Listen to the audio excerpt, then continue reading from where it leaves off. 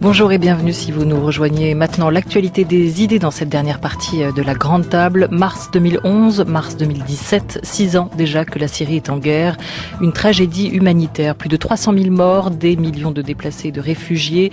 Demain, ouverture d'un nouveau cycle de pourparlers à Astana, au Kazakhstan, sans les fractions rebelles qui ont annoncé qu'elles ne participeraient pas à ce cycle, où seront présents des responsables du gouvernement syrien. Syrie, Occident, un destin commun dans le miroir de Damas qui vient de paraître à la découverte. Jean-Pierre Filu révèle notre part syrienne, une mise en lumière des liens qui nous unissent.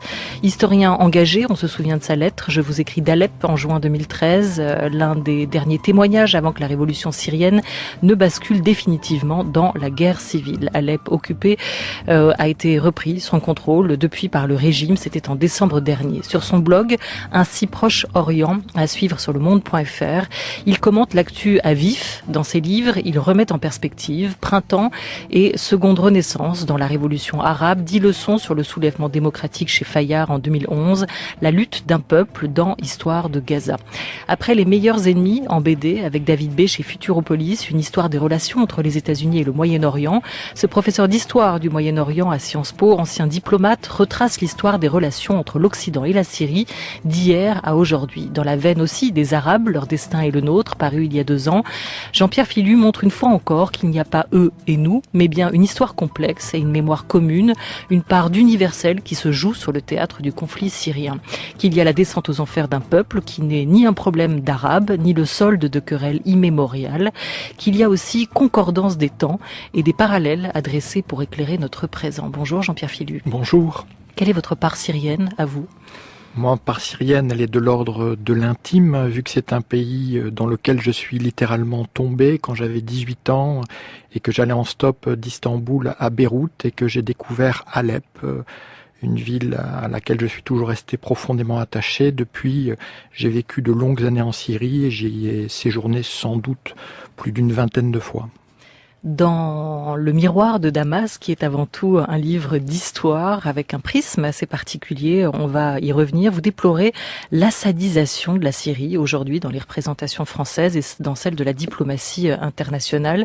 Mais bien avant la reconnaissance de Bachar el-Assad par Jacques Chirac, sous Mitterrand, la figure d'Hafez el-Assad dominait déjà le pays et les relations diplomatiques. De quand date pour vous précisément cette assadisation de la Syrie et qu'est-ce que vous entendez par là ? Il faut savoir que cette dictature héréditaire, c'est assez rare pour le souligner. Je crois que il faut se tourner vers la Corée du Nord pour avoir un système qui a ainsi réussi à se perpétuer de génération en génération. On dit la Syrie des Assad. Et en miroir, c'est pour ça que j'utilise beaucoup la figure du miroir, les visiteurs étrangers ne voient qu'Assad et ils ne voient plus la Syrie. Jusqu'à y compris au sein de l'ONU, où c'est ce régime qui a pourtant traité avec la plus grande barbarie son propre peuple, qui la représente au sein des instances internationales.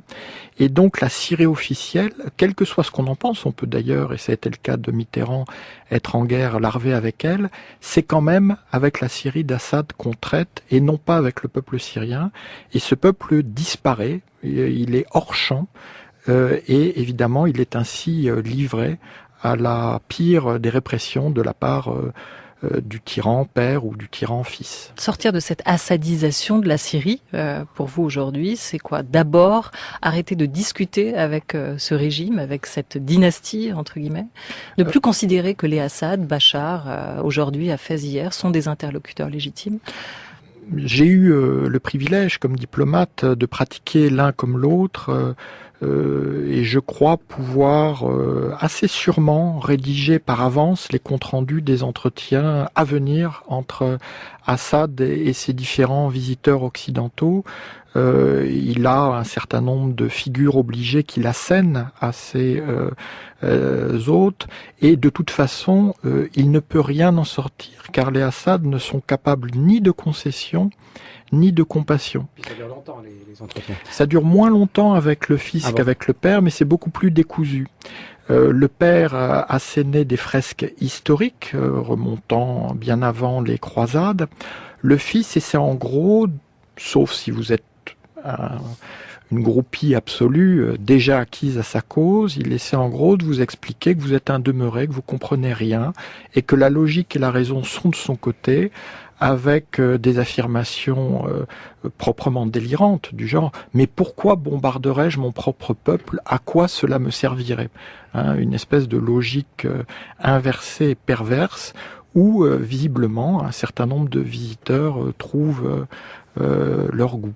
On va peut-être revenir à l'actualité tout à l'heure, mais ce qu'il y a dans votre livre, me semble-t-il, d'essentiel, c'est cette histoire, c'est cette permanence. Vous avez découpé le livre en 12 chapitres qui sont autant presque d'étapes d'un chemin de croix d'une région qui a toujours été, enfin, si on vous lit en tout cas, l'accumulation des guerres, des invasions, de tous les empires qui sont venus se guerroyer dans cette Syrie. Comment vous expliquez cette forme de centralité finalement, de zone particulièrement recherchée par rapport à l'ensemble des influences de la région et même du monde?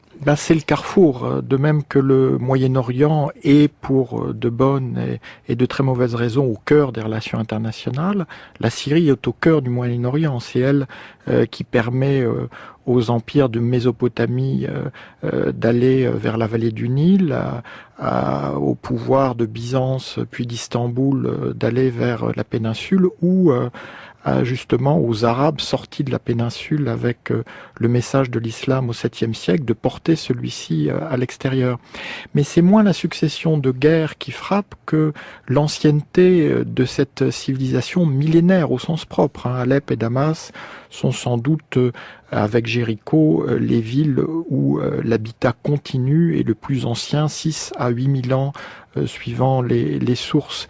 Et donc j'ai construit le livre en certes 12 chapitres, mais de Saint-Paul à Kissinger, on pourrait dire, mais avec à chaque fois un chapitre qui renvoie à notre actualité.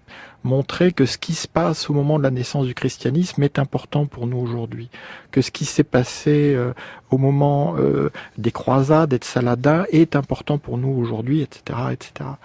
Et certes, il y a les guerres, mais il y a surtout le fait que, à la différence de la Mésopotamie et de la vallée du Nil, où des pouvoirs autocratiques s'appuient sur la gestion de l'eau, ressource rare, eh bien la Syrie est profondément plurielle et diverse. Et c'est cette diversité qui lui a permis, au fil des siècles, et malgré les invasions multiples que vous rappeliez, d'avoir cette urbanité, cette civilisation au sens propre, contre laquelle, à mon avis, le régime Assad et Daesh sont alliés pour essayer de la détruire. On voit d'ailleurs comment les villes sont traitées, y compris une ville comme Alep, qui est un des berceaux de l'humanité. C'est pour ça que c'est notre histoire, c'est ça que votre sous-titre veut nous dire, que précisément ce qui se passe là nous concerne à ce titre-là en tant que civilisation première, modèle de civilisation. Civilisation première, on l'a trop oublié, l'idée d'assimiler un pays aussi anciennement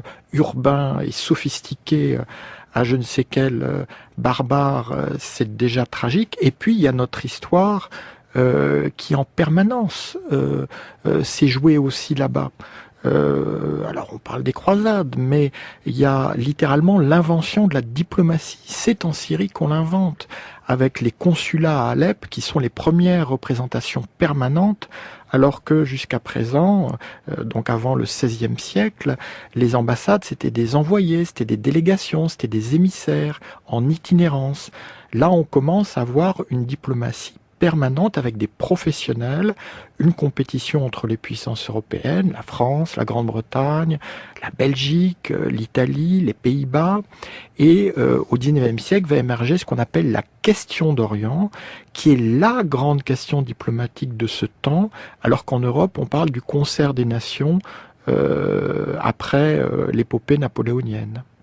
Berceau du christianisme, puis témoin de ses divisions, patrie des Omeyyades, des terres d'affrontement entre chiites et sunnites, refuge des premiers prédicateurs du djihad au début du XIVe.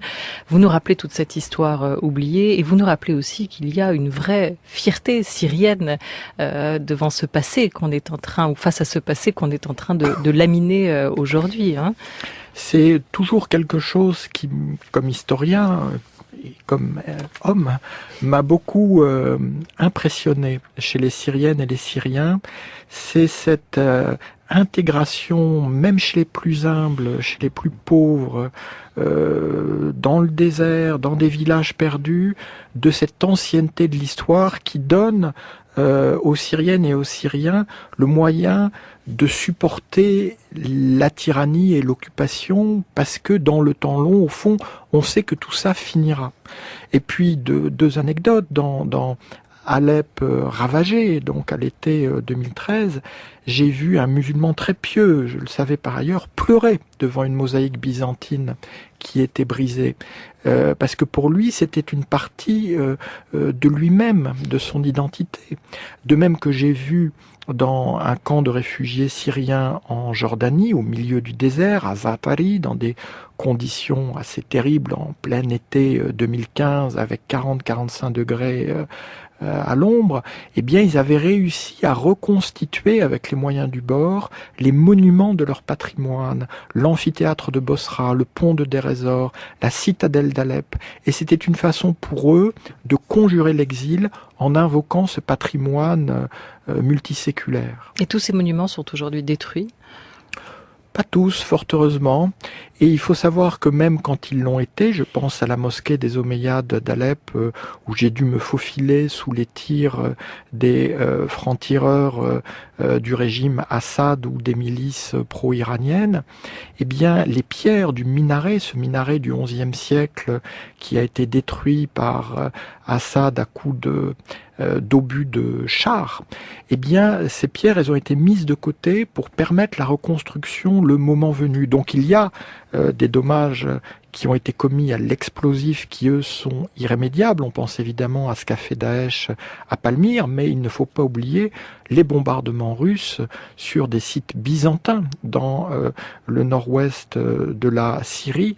Et là, à partir du moment où il y a explosif, là, on ne peut pas reconstruire. Est-ce que là, vraiment, vous avez le sentiment que ce coup risque d'être fatal pour la Syrie? Parce qu'avec le nombre de réfugiés qu'il y a, la dislocation du pays, la division éventuellement qui s'en suivra, est-ce que vous avez l'impression que malgré tout, ce que vous dites là, ce que vous résumez, vous rassemblez dans votre livre, va pouvoir encore avoir une histoire? Je le crois profondément, et ça n'est pas un acte de foi, c'est basé justement sur la réflexion historique. Il faut bien voir que les Syriennes et les Syriens ont pu résister pendant un quart de siècle à une des deux plus grandes armées du temps, qui était l'armée française. Et la France a divisé la Syrie en 5 États. Et ça n'a pas réussi. Au contraire, il y a eu un soulèvement nationaliste qui a d'ailleurs le même drapeau aujourd'hui, qui avait d'ailleurs le même drapeau à l'époque que la révolution syrienne aujourd'hui, avec 3 étoiles qui correspondent à Damas, Alep et toute autre ville de Syrie qui s'y joindrait.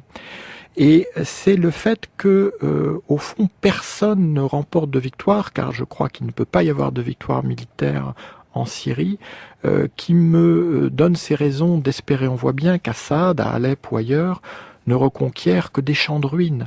Il suffit d'aller googler aujourd'hui les images aériennes de la ville de Homs, à une centaine de kilomètres au nord de Damas, qui a été réoccupée par Assad il y a près de 3 ans, et on voit que les quartiers soi-disant libérés sont toujours des champs de ruines. Donc ça veut dire que la reconstruction ne pourra venir qu'après les Assad et qu'après Daesh, et que cet après, il viendra. Car dans un cas comme dans l'autre, s'il n'y avait un soutien international aussi fort à Assad de la part de la Russie et de l'Iran, et s'il n'y avait cette incapacité, on l'évoquait tout à l'heure, à prendre Daesh pour ce qu'il est et à le traiter comme ennemi prioritaire, eh bien ces deux forces barbares auraient été balayées depuis longtemps.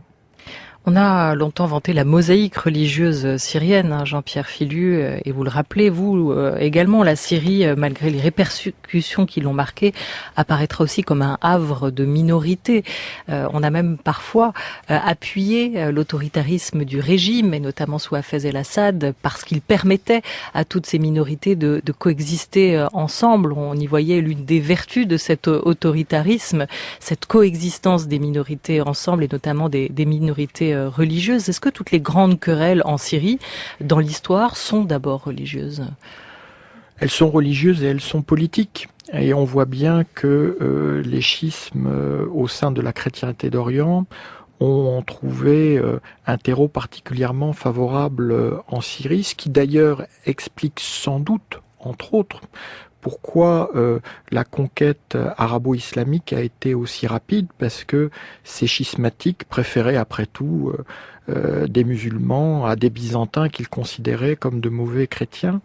Et les archéologues parlent donc au 7e siècle, lors de l'arrivée de l'islam, de conquête invisible, parce qu'il n'y a pas eu de destruction et que très souvent les nouveaux maîtres musulmans se sont coulés dans les palais, dans les demeures des Byzantins. Et d'ailleurs, la dynastie omeyyade, qui sera la première dynastie de l'islam, qui s'installe à Damas, elle va islamiser un certain nombre de rites chrétiens, la prière du vendredi, qui correspond à celle du dimanche, le fait de monter en chair, le minbar pour cette prière, et l'utilisation des mosaïques qu'on voit particulièrement dans la mosquée des Omeyyades de Damas, mais aussi dans beaucoup d'autres endroits.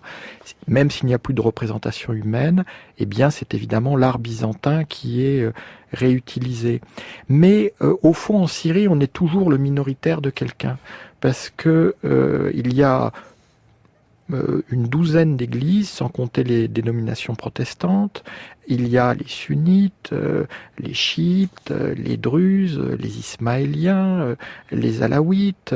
Et puis il y a les diversités ethniques. Il y a les arméniens, les assyriens, les turkmènes, les circassiens, les tcherkesses, etc. Et donc, cette Syrie refuge de minorités, havre de minorités, au fond, c'est parce qu'elle est sanctuaire, qu'elle est diverse et qu'elle est plurielle, et c'est pour ça aussi qu'elle résiste aux États forts. Donc je retournerai, et j'essaie de le démontrer avec quelques arguments dans ce livre, l'idée d'un État fort favorable aux minorités. Au contraire, c'est quand l'État était fort, voire trop fort, voire autocratique, que pour les minorités ça a été le pire moment, quelle qu'elle soit d'ailleurs, quelle que soit leur dénomination. Et en revanche, qui a sauvé les chrétiens de Damas en 1860, quand toutes les puissances européennes prétendaient défendre les chrétiens d'Orient? C'est Abdelkader, un émir algérien, héros du djihad en Algérie, et qui était allé à Damas pour poursuivre sa quête de mystique musulman. Qui est devenu un homme de foi, vraiment, quand il est arrivé en Syrie, ce que vous racontez. C'est-à-dire, il considérait, comme d'ailleurs tous les musulmans authentiquement pieux, qu'il y a deux formes de djihad. Le petit djihad, qui est le djihad militaire, qui est au fond le plus simple à mettre en œuvre, et le grand djihad, le djihad spirituel, et c'est celui auquel il voulait consacrer sa vie. Donc il faut savoir qu'à Damas est enterré Ibn Arabi, un mystique andalou du Moyen-Âge, et donc c'est pour ça qu'il avait choisi d'aller à Damas. Mais dans le cadre de ce grand djihad, il a jugé de son devoir de sauver des milliers de chrétiens face aux émeutes, et alors que toutes les puissances européennes étaient neutralisées, paralysées. Est-ce qu'à la lumière, de cette histoire, puisque vous faites justement ces parallèles entre hier et aujourd'hui, il vous paraît pas étonnant, ou en tout cas pas sans fondement, que Daesh ait fait de la Syrie son sanctuaire ? C'est son berceau, et c'est peut-être plus important. Elle a sans doute des positions plus fortes en Irak qu'en Syrie, parce qu'en Irak, elle s'insère dans un cycle long de guerre civile sur plus d'une décennie, où une partie de la population arabe sunnite a pu la considérer comme son représentant. C'est pas du tout le cas en Syrie. C'est d'ailleurs pourquoi en Syrie, on a autant recruté des volontaires, entre guillemets, étrangers, surtout européens, pour avoir en fait une force supplétive de Daesh pour réprimer la population locale. Et donc, Daesh, à un moment, a envisagé, on le sait maintenant avec précision, d'installer son califat à Alep et non pas à Mossoul. Et c'est la résistance des Syriens, c'est le fait que les révolutionnaires syriens en janvier 2014 ont expulsé Daesh hors d'Alep qui a empêché un ancrage syrien plus prononcé de la part de Daesh. Et qui fait que Daesh est parti vers Raqqa, du coup. C'est aussi ça. Ils ont été fondés à Raqqa en avril 2013. Et donc il y avait le choix entre installer ensuite le califat, soit à Alep, donc en Syrie plus à l'ouest, soit à Mossoul, en Irak plus à l'est. Et c'est la résistance syrienne qui les a contraints à ce second choix, si j'ose dire, de Mossoul. On parle beaucoup des phénomènes religieux, effectivement, mais il y a aussi une dimension eschatologique, finalement, dans cette région. Vous en parlez, évidemment. C'est assez connu, notamment avec cette fameuse ville de Dabiq. C'est considéré comme l'endroit où se déroulera la bataille des derniers temps. La bataille de la fin des temps. De la fin des temps. Ça joue quand même aussi à tous les niveaux, ou ça vous semble une fabrication ? Comme toujours, il faut voir les précédents historiques et voir comment ils sont manipulés aujourd'hui. Ce que j'essaie de faire dans ce miroir de Damas, c'est non seulement redonner la perspective du temps long pour qu'on s'en pénètre avant de juger trop rapidement ce qui se passe dans ce malheureux pays, mais aussi démontrer comment Assad d'un côté et Daesh de l'autre ne sont une fois de plus que des brigands qui opèrent un véritable détournement, rapt, kidnapping sur une histoire ô combien glorieuse. Et c'est le cas entre autres de ces prophéties de la fin des temps, donc effectivement qui se déroulent sur la terre de Syrie. Et Dabiq, c'est donc une ville très précisément désignée dans les prophéties islamiques en termes eschatologiques. C'est aussi le nom du principal organe de presse en ligne de Daesh, mais ce qui est assez fascinant pour l'historien quand même un peu critique que je suis, c'est que quand Dabiq, qui était contrôlé par Daesh, a été reprise par les révolutionnaires syriens il y a quelques mois, eh bien, d'une certaine façon, la fin des temps a été repoussée, ce qui entre nous est quand même une bonne nouvelle. Oui. Invité de cette dernière partie de la Grande Table, historien Jean-Pierre Filu pour son livre Le Miroir de Damas, Syrie, notre histoire, qui vient de paraître à la Découverte. France Culture. La Grande Table. Olivia Gesbert. 3 présidents français en Syrie, François Mitterrand, Jacques Chirac et Nicolas Sarkozy. Viendra ensuite la présidence Hollande. Comment raconter nos relations franco-syriennes ? Vous racontez effectivement que les premiers contacts quand même entre la France et la Syrie, ça ne date pas d'hier, mais bien des premières croisades en territoire syrien. Une relation tumultueuse qui s'est construite au fil de ce XXe siècle. Jean-Pierre Filu, entre une sorte de paternalisme, le paternalisme du protectorat, la Syrie aussi comme un pion dans une politique arabe en perpétuelle réécriture, des périodes de tension très fortes entre les différents chefs d'État. Vous appelez aujourd'hui à repenser une diplomatie franco-syrienne à la lumière du passé. Est-ce que c'est encore imaginable pour vous ? D'abord, il faut, je le dis très simplement, rendre hommage à la diplomatie française qui, durant ces 6 années de révolution puis de crise syrienne, a gardé le cap alors qu'il n'y avait aucun bénéfice électoraliste à en tirer, bien au contraire. Et en défendant ces principes, en défendant cette 3e voie d'une Syrie qui ne serait ni Assad ni djihadiste, d'une certaine façon, elle a préservé l'avenir. Et d'une certaine façon, elle est au-delà de cette assadisation de la Syrie qu'on évoquait en début d'émission, et c'est tout à son honneur. Et en même temps, on voit qu'elle est très isolée, que aujourd'hui, Donald Trump pense sans doute la même chose que Vladimir Poutine s'agissant de la Syrie, c'est-à-dire on va se rallier au moindre mal que serait Assad, alors qu'en fait, Assad est une machine à produire des djihadistes et des réfugiés. Mais ce qui est très frappant avec l'histoire franco-syrienne, c'est d'abord la part de tendresse que les Syriens continuent d'avoir pour la France, malgré quand même une période coloniale, le mandat pendant un quart de siècle qui a été émaillé de crises assez sanglantes. Et d'une certaine façon, cette tendresse des Syriens pour la France, elle a permis au niveau des populations, au niveau de la société civile, d'amortir les allers-retours cyclotimiques, les je t'aime moi non plus entre Paris et Damas. Bon, le plus caricatural étant évidemment Jacques Chirac qui mène une politique extrêmement pro-Assad de 1996 à 2005, donc avec le père puis le fils, et qui bascule complètement dans une volonté de revanche, voire de vengeance, très personnalisée, après qu'il ait accusé Bachar al-Assad d'être responsable de l'assassinat de Rafik Hariri. À tort ou pas à tort? Je crois que les accusations sont tout à fait fondées. On a un tribunal spécial de l'ONU qui s'est réuni à ce sujet, et c'est d'ailleurs comme souvent avec les Assad, c'est comme dans les mauvais films de gangsters, les témoins disparaissent les uns après les autres, au sens propre, hein, et du coup on n'arrive plus à monter un dossier parce qu'on a nettoyé par le sang les différents témoins. Oui, il faut se souvenir aussi quand même du discours de Dominique de Villepin en 2003, qui fait que Jacques Chirac était dans ces années-là acclamé en Syrie notamment, hein, pour le non-interventionnisme de la France dans cette guerre qui venait de débuter contre l'Irak, l'assaut ayant été lancé par les Américains. Hein. Mais c'était bien antérieur. Moi j'ai assisté à un bain de foule de Jacques Chirac et d'Hafez al-Assad en octobre 96 en Syrie.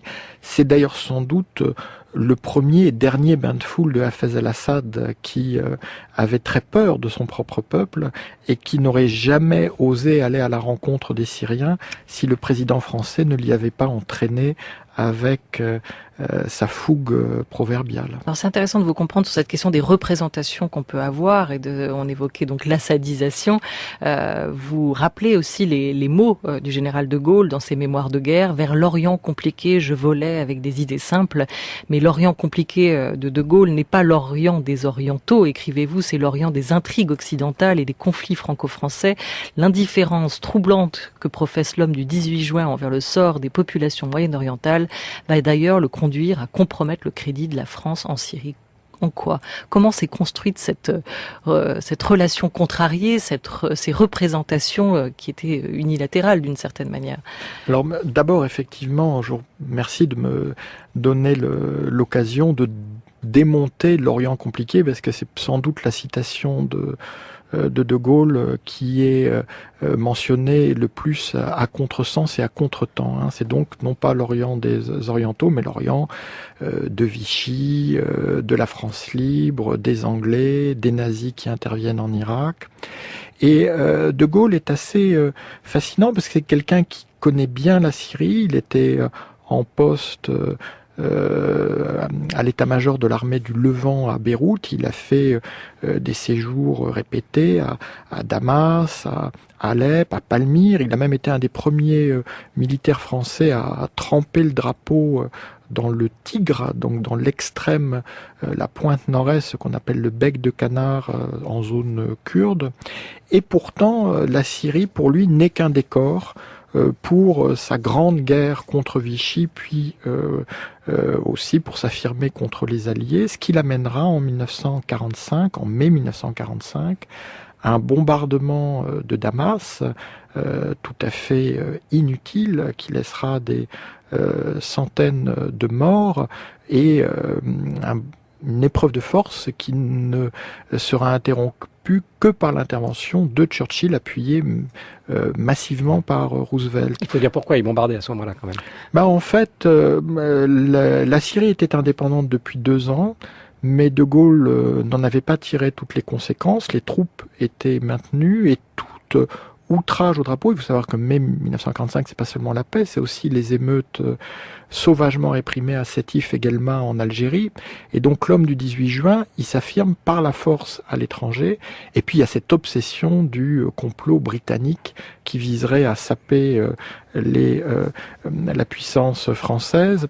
Et donc à la suite de cette crise tout à fait inutile, la France va un peu disparaître du devant de la scène syrienne pendant longtemps, et elle n'y revient vraiment, en effet, qu'avec François Mitterrand, avant que ça se termine mal aussi, pour lui, si je puis dire, par rapport à la relation franco-syrienne. Et après le paradoxe gaulien, vous parlez de cette guerre des ombres menée par Assad contre François Mitterrand. C'est un temps de cette histoire ou des relations qu'on a quand même oubliées et qui vont être un peu le prolongement de ce qui se passait entre Saddam Hussein et Yasser Arafat. Il y a vraiment des luttes de clans ou de camps, des prises de position de chacun, et ça va être une guerre feutrée entre ces deux présidents, et la France va ressortir sortir plutôt perdante de ce combat. Alors là, je crois que j'apporte quand même des éléments d'éclairage, d'information. On n'est pas conscient que notre pays a été en guerre non déclarée à l'initiative de la Syrie de 1980 à 1984. Ça commence par l'assassinat de l'ambassadeur de France à Beyrouth, à une centaine de mètres d'un barrage syrien. Ça continue quand même par des attentats rue Marbeuf, rue des Rosiers en 1982, et puis évidemment le Drakkar en octobre 1983, les 58 parachutistes français tués dans un attentat suicide où les Syriens, avec les Iraniens, ont une part énorme de responsabilité. Donc François Mitterrand va faire la part du feu. Et en novembre 1984, il va se rendre non pas à Canossa, mais à Damas. Et il aurait peut-être pu éviter de pousser la complaisance jusqu'à dire qu'il croyait Assad sur parole quand celui-ci niait sa responsabilité dans ses crimes. C'est bien le seul chef d'État qui ait jamais cru Assad sur parole. Aujourd'hui, que nous renvoie le miroir de Damas, Jean-Pierre Filu, et on terminera là-dessus. Vous dites qu'il nous renvoie bel et bien l'image de qui nous sommes, de même que les discours actuels sur la Syrie sont très révélateurs de qui les prononce. Alors qui sommes-nous dans ce miroir de Damas ?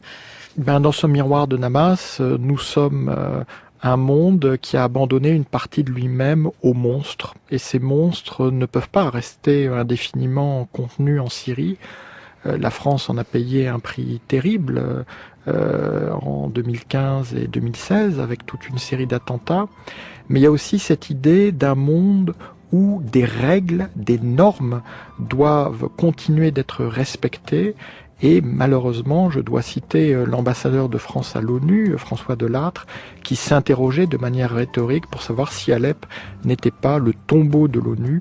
Et je crois que c'est la façon dont nos valeurs, nos principes ont été abandonnés pour rien en Syrie, qui nous interroge sur ce que nous sommes en train de devenir. Merci beaucoup Jean-Pierre Filu. Le miroir de Damas, Syrie, notre histoire vient de paraître à la Découverte et puis vous avez accordé votre premier entretien sur ce livre à Monsieur Jeanneney dans la Concordance des temps, c'était ce week-end, à réécouter un autre point de vue, beaucoup d'archives, c'était très intéressant à écouter cet entretien que vous lui avez accordé. Merci beaucoup à vous. Émission conçue et préparée par Claire Maillot et Clémence Marie, Henri Leblanc et Nicolas Duton avec Coppelia Ménardi. Aux manettes, cela dit, Nathalie Salle avec Jacques Hubert. Vous pouvez nous podcaster, nous écrire à la page de la Grande Table sur franceculture.fr. Merci à vous aussi, Antoine. Merci et à demain. À demain.